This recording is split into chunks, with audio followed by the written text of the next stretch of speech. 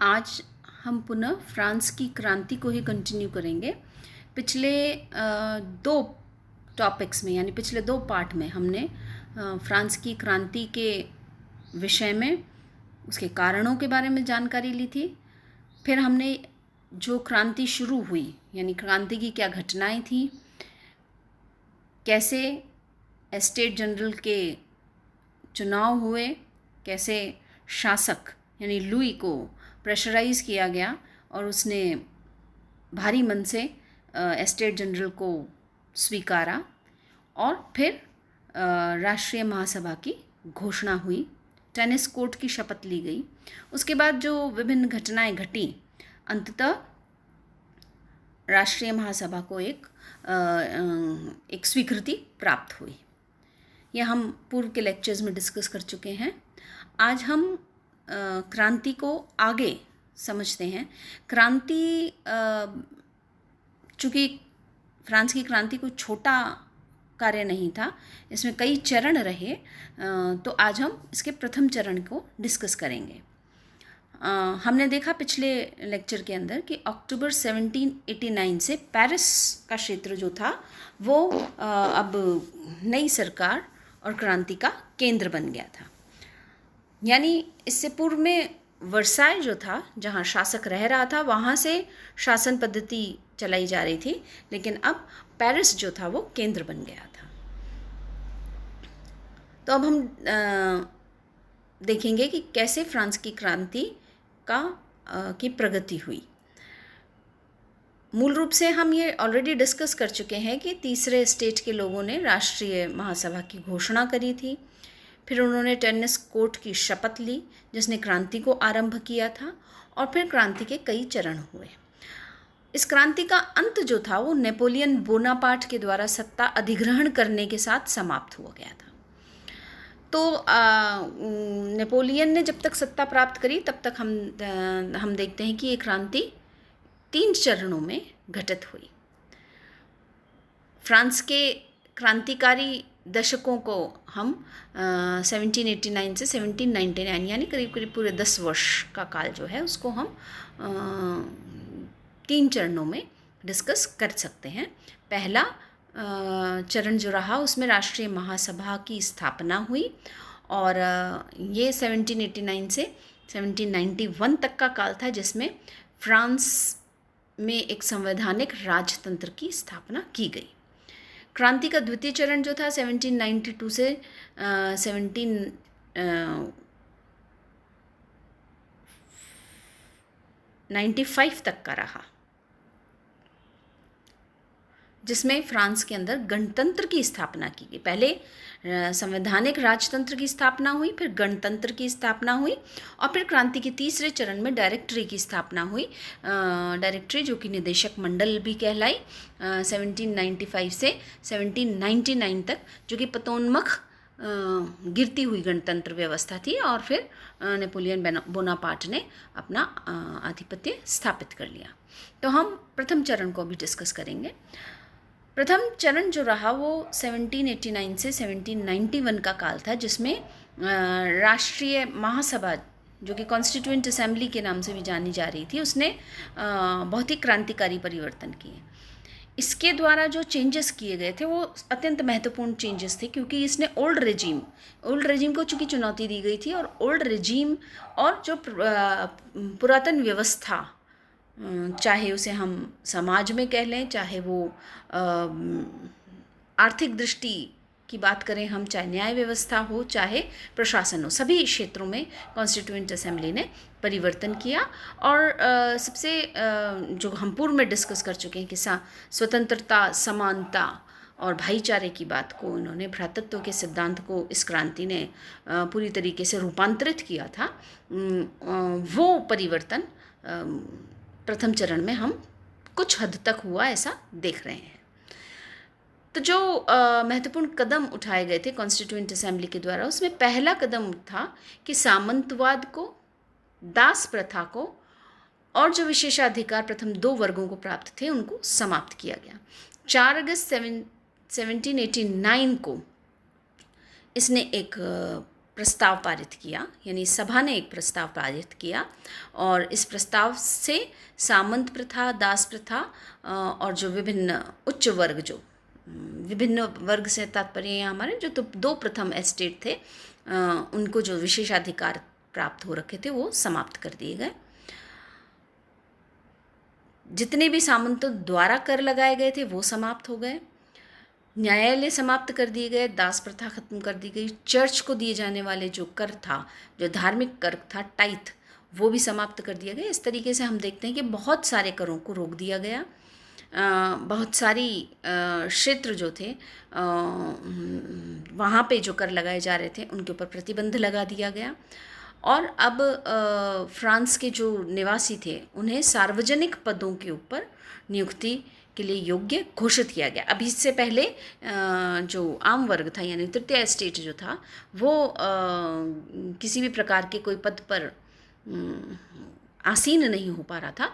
लेकिन अब इस कॉन्स्टिट्यूएंट असेंबली की घोषणा ने फ्रांस के सभी जो अधिकारी थे, अधिकारी नहीं, जो जितने भी निवासी थे उनके लिए अधिकारियों का पद सार्वजनिक घोषित कर दिया। तो इस तरीके से हम देखते हैं कि वर्ग भेद जो था वो समाप्त हुआ। सामंत व्यवस्था खत्म हो गई। प्रथम और द्वितीय एस्टेट का जो एक वर्चस्व था वो समाप्त किया गया। लुई 16वें ने इसके ऊपर हस्ताक्षर किए, इस आज्ञप्ति के ऊपर। हालांकि वो थोड़ा रिलक्टेंट था, वो बहुत प्रसन्न नहीं था इस परिवर्तन को लाने में, लेकिन उसके सामने अन्य कोई चारा नहीं था। तो हम देखते हैं कि सबसे पहले सामाजिक व्यवस्था में जो एक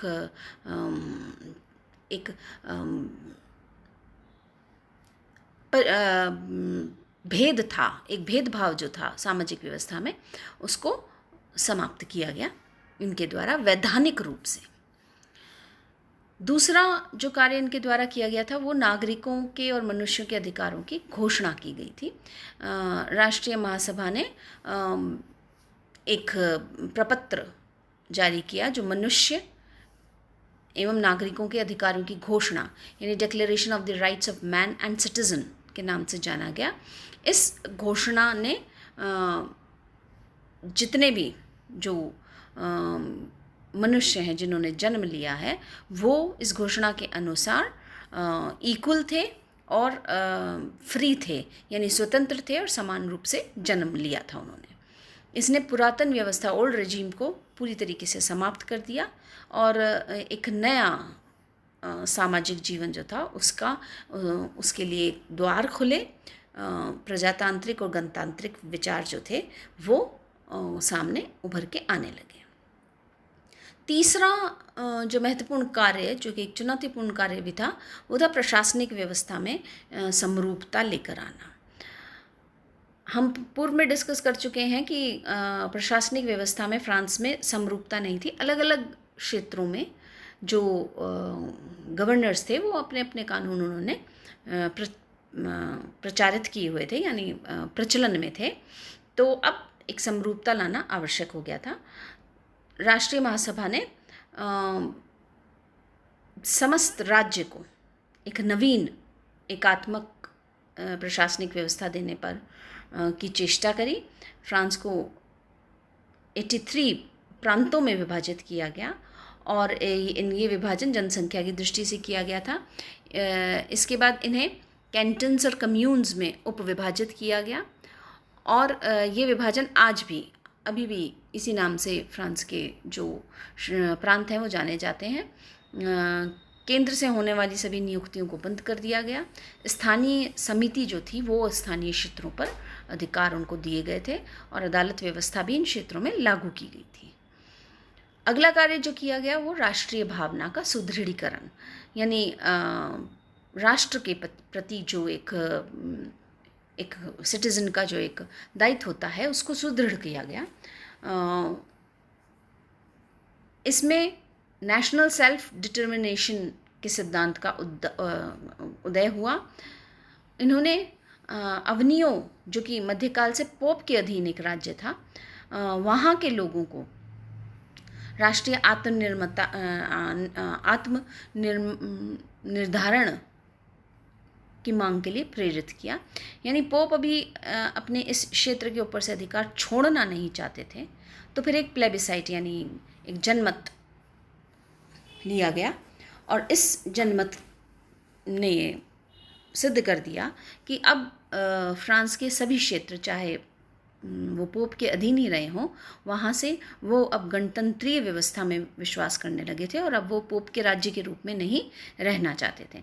तो हम देखते हैं कि जो फ्रांस में स्टेट विद इन स्टेट की जो व्यवस्था बनी हुई थी, जिसमें पोप ने अपने कुछ क्षेत्रों पर अपने राज्य अलग से निर्माण कर रखा था, जिनका एक तरीके से जैसे हम पूर्व में डिस्कस कर चुके हैं, स्टेट विद इन स्टेट की कंडीशन डेवलप कर रखी थी और लोगों की सोच उस तरीके से हो गई थी। अब इस क्रांति के बाद लोगों की सोच में परिवर्तन आया। लोग अब स्टेट विद इन स्टेट यानी वो पोप के राज्य में ही सीमित नहीं रहना चाहते थे, उन्हें अब राष्ट्रीय यानी वो संपूर्ण फ्रांस का भाग बनना चाहते थे और इसलिए राष्ट्रीय भावना का उनमें उदय हो गया था। और प्लेबिसाइट ने इस बात को पूरी तरीके से स्पष्ट कर दिया कि वे जो अंतर्राष्ट्रीय राजनीति है, उनके जो अधिकार हैं उनके प्रति वो सजग हो गए थे। अगला कदम जो कॉन्स्टिट्यूएंट असेंबली द्वारा उठाया गया वो वित्तीय संकट का समाधान करना था। फ्रांस हमने देखा क्रांति का मुख्य कारण ही वित्तीय संकट रहा। ये दिवालियेपन की स्थिति में आ गया था और अब ऐसी कोई व्यवस्था करनी आवश्यक हो गई थी कि इसको इसके दिवालियेपन से निकाला जाए। राष्ट्रीय महासभा ने जब देखा तो उसने पाया कि चर्च के पास यानी जो प्रथम एस्टेट है उसके पास करीब 1/5 भूमि राज्य की उनके पास है, जिस पर वो किसी प्रकार का कोई कर नहीं दे रहे थे। तो अब राष्ट्रीय महासभा ने ये सारी भूमि जब्त कर ली, उसको सार्वजनिक संपत्ति घोषित कर दिया और इस भूमि की सुरक्षा निधि के आधार पर राष्ट्रीय महासभा ने कागजी मुद्रा का प्रचलन शुरू कर दिया और इस कागजी मुद्रा ने फ्रांस को कुछ हद तक वित्तीय संकट से उबारा। फिर हम देखते हैं कि एक अन्य कार्य जो कॉन्स्टिट्यूएंट असेंबली द्वारा किया गया था वो था पादरी तंत्र का नगरीय संविधान लागू करना। 12 जुलाई 1790 को ये एक संविधान जो कि civil constitution of the clergy class के नाम से जारी किया गया और इसमें बिशप से लेके यजमानी पुरोहित यानी पैरिश प्रीस्ट तक सभी नागरिक जो थे एक सिविल बॉडी के अंतर्गत आ गए। यानी अब चुनाव जो था वो जनता द्वारा किया जाएगा। किनका? क्लर्जी क्लास का। क्लर्जी क्लास को जनता चुनेगी चुनाव के द्वारा और इस क्लर्जी क्लास को राज्य वेतन देगा। बाहरी पोपों से उनका किसी प्रकार का कोई संपर्क नहीं रह जाएगा।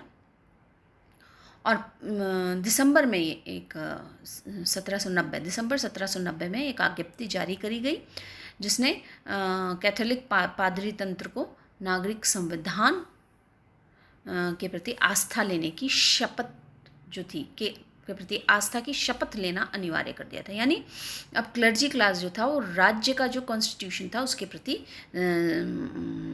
आस्था की शपथ लेगा। इस जो घोषणा थी ये जो आज्ञप्ति थी इसके विरोध में कट्टर कैथोलिक वर्ग जो था उसने आवाज़ उठाई, वे नाराज़ हो गए और पादरी तंत्र ने शपथ लेने से इनकार कर दिया। फिर हम देखते हैं कि फ्रांस का जो कैथोलिक पादरी तंत्र था वो 2 भागों में विभाजित हो गया। एक जो न्याय सत्य पादरी ज्यूरिंग प्रीस्ट के नाम से जाने गए जिन्होंने फ्रांस के नागरिक संविधान के प्रति आस्था की शपथ ली थी और दूसरे न्याय सभ्य पादरी ज्यूरिंग नॉन ज्यूरिंग प्रीस्ट के नाम से जाने गए जिन्होंने शपथ नहीं ली। इस कार्रवाई का एक दुष्परिणाम ये निकला कि जो कट्टर अनुयायी थे वो कैथोलिक कट्टर अनुयायी वो इस क्रांति के खिलाफ हो गए। एक अन्य कार्य जो कि फ्रांस के संविधान सभा के द्वारा किया गया था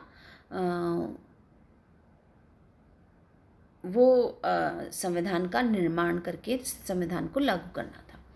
राष्ट्रीय महासभा ने एक जो महत्वपूर्ण, सबसे महत्वपूर्ण कार्य हम इसको कह सकते हैं कि ये एक प्रथम लिखित संविधान 1791 में लागू किया, और इस संविधान के ऊपर राजा के हस्ताक्षर भी थे। हालांकि राजा ने स्वेच्छा से इस पर हस्ताक्षर नहीं किए, वो विवश था, लेकिन उसके पास कोई और विकल्प भी नहीं था।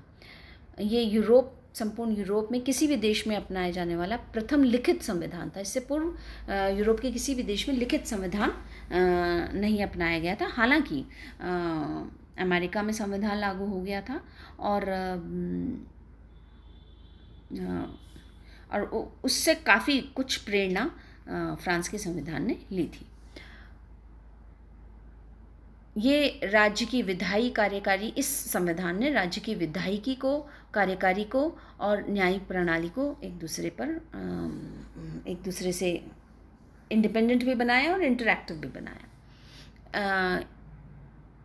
ये जो संविधान का निर्माण किया गया था, इस संविधान निर्माण में हम देखते हैं कि मॉन्टेग्यू, जो कि हमने पहले पढ़ा है कि वो एक बहुत ही महत्वपूर्ण चिंतक रहा, जिसने क्रांति को जन्म देने में योगदान दिया था, क्रांति को प्रेरित किया था, उसके लेखों की बहुत सी झलक देखने में मिली।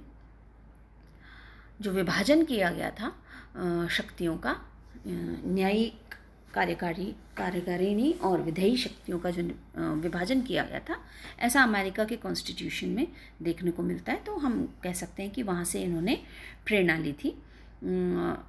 हालांकि राजतंत्रात्मक स्वरूप को बनाए रखा गया, लेकिन राजा के पास बहुत ही सीमित शक्ति रही।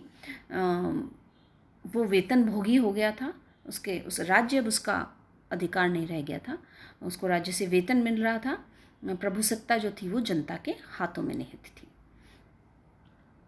संविधान में फ्रांस के सभी नागरिकों को समान माना गया, और किसी भी व्यक्ति या वर्ग विशेष के विशेषाधिकारों को स्वीकारा नहीं गया, जो कि पूर्व में ओल्ड रिजीम में चल रहा था। तो ओल्ड रिजीम पूरी तरीके से समाप्त हो गई, और अब फ्रांस जो था वो एक तरह से हम देखते हैं कि आधुनिकीकरण की ओर बढ़ गया था। आधुनिक विचारधाराएं जो थी वो फ्रांस में स्वीकृत कर ली गई थी। सभी नागरिकों को अभिव्यक्ति और धर्म को स्वीकारने की स्वतंत्रता प्रदान की गई थी। जो विधायी शक्ति थी वो विधानसभा के लेजिस्लेटिव असेंबली को प्रदान की गई थी, जिसमें 775 सदस्यों का चयन 2 वर्ष के लिए किया जाना था। और ये फ्रांस के केवल सक्रिय नागरिक, और सक्रिय नागरिक कौन माने जा रहे थे? जो कि राज्य को कर दे रहे थे। जो कर नहीं दे रहे थे वो सक्रिय नागरिक नहीं थे। सक्रिय नागरिकों को इनको चयन करने का, यानी वोट देने का अधिकार दिया गया था। तो और जो निष्क्रिय थे, यानी जो कर नहीं दे रहे थे, उनको चुनाव के अधिकार से वंचित रखा गया। तो यहाँ एक बात हम समझ सकते हैं कि बुर्जुआ वर्ग, मध्यम वर्ग जो था, जो कि कर सबसे ज़्यादा कर दे रहा था, उसको महत्व दिया गया था, और निम्न वर्ग जो कर नहीं दे पा रहा था उसको बहुत ज़्यादा अधिकार प्राप्त नहीं हुए। राज्य के कार्यकारी का अध्यक्ष राजा को ही बनाया गया था, जिसका कि पद अनुवांशिक होगा, और उसके समस्त जो विधान निर्माण है, यानी लॉ बनाने के जो अधिकार उसके पास थे, वो उससे छीन लिए गए थे। उसके पास सिर्फ स्थगनात्मक, यानी सुपर पेंसिव वीटो पावर उसको दिया गया था। ये वीटो पावर क्या था कि वो विधानसभा द्वारा जो कोई भी आदेश पारित किया जा रहा था उसको कुछ समय तक के लिए रोक सकता था। उसमें कोई परिवर्तन नहीं कर सकता था, लेकिन उसको वो कुछ समय तक रोक सकता था। उसके नागरिक एवं सैनिक प्रशासन संबंधी सभी अधिकार जो थे वो उससे छीन लिए गए थे, एक तरीके से नगण्य हो गए थे। तो हम देखते हैं कि शासक जो था वो अब नाम मात्र का शासक रह गया था।